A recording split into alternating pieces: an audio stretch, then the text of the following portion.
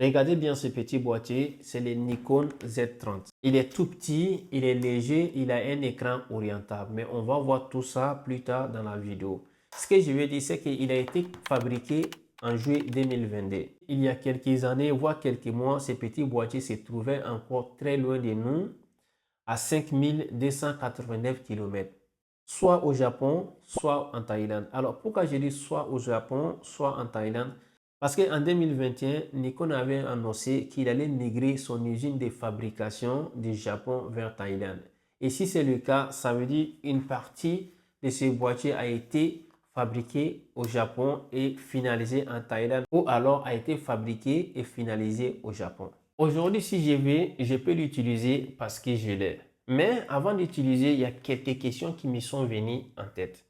En fait, je me suis posé la question, je me suis dit, mais comment ça se fait depuis toutes ces années, ce boîtier n'a pas été acheté par d'autres personnes?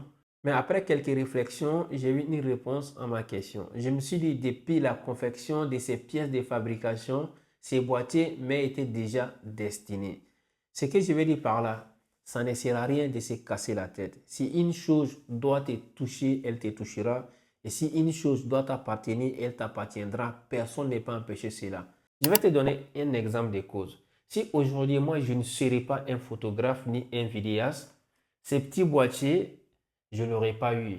C'est parce que je suis photographe et vidéaste et que c'est après un tournage que ce boîtier m'a été offert. Alors, les causes ici, c'est que je suis déjà photographe et vidéaste et j'étais sur le terrain d'un tournage, ce qui a fait que ce boîtier m'a été offert. Donc voilà, ça ne sert à rien de se casser la tête. Il faut juste faire les causes et être patient et se donner à fond.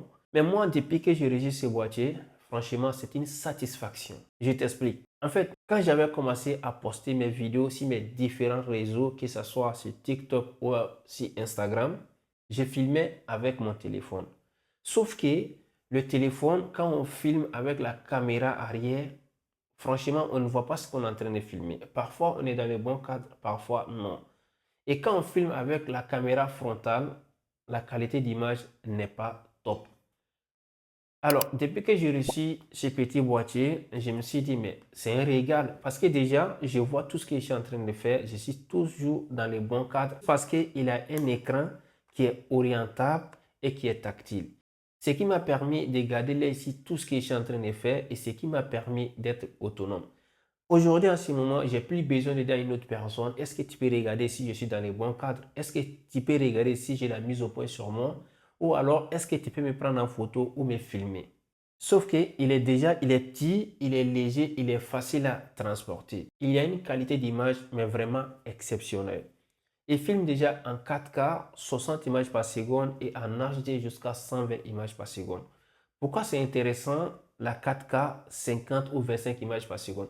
Parfois, moi, ça m'arrive de filmer au format horizontal et au montage, je transforme ça au format vertical sans aucune perte de qualité parce que j'ai filmé en 4K 25 images par seconde ou alors en 4K 60 images par seconde, 30 images par seconde, ça dépend.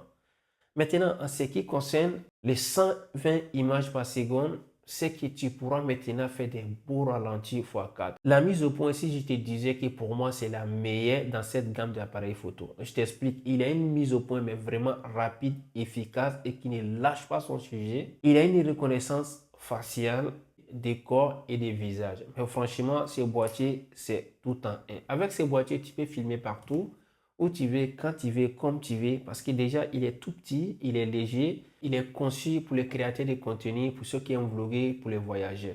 Il est léger, il est petit, il est facile à transporter.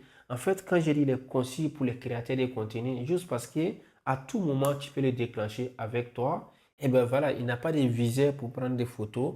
Donc, c'est pour ça qu'il est plus orienté vidéo que photo.